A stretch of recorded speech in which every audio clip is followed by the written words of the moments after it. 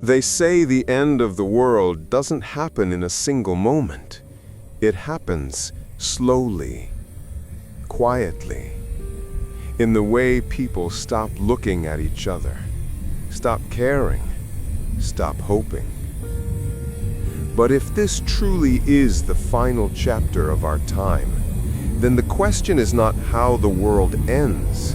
The question is how we choose to live while it's collapsing. Look around. The signs are everywhere. Cities glowing with screens but empty of humanity. People walking past each other like ghosts. Injustice spreading like wildfire, and the powerful feeding off the weak. You can feel it in the air, a heaviness, a silence that shouldn't be there, a world that feels tired. When people hear the phrase end times, they imagine fire falling from the sky, or oceans rising, or monsters tearing the earth apart. But the real apocalypse, the one we are facing, is the moment humanity loses its heart. It's when we stop seeing each other's pain, when we look away instead of reaching out, when fear becomes stronger than compassion. This is the silent apocalypse, and it has already begun. But here is the miracle hidden inside the darkness.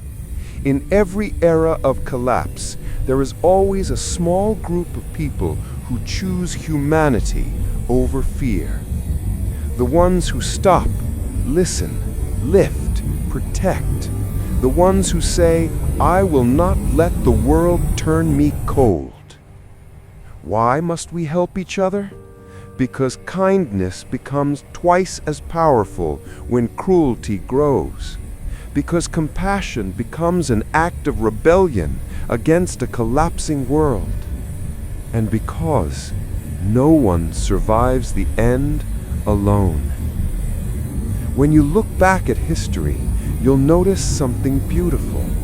Humanity did not survive because of strength, but because of unity. During wars, it was strangers sharing shelter.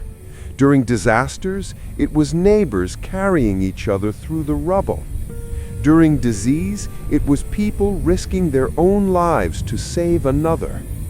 Every great survival story starts with one person helping one person. You can take away buildings, you can break systems, you can crumble nations, but the world truly ends the day we stop caring about each other. That is the real apocalypse, the death of compassion. But I believe, despite everything, that humanity is not finished.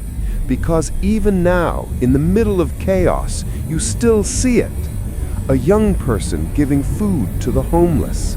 A stranger saving another stranger in a disaster. Communities rebuilding what the world has destroyed. Families sharing the little they have. Hope is not dead. It's just quieter than the noise of the world. But hope doesn't need to be loud. It just needs to be alive. Maybe this is our moment. Maybe the world needed to fall apart so we could finally rise together.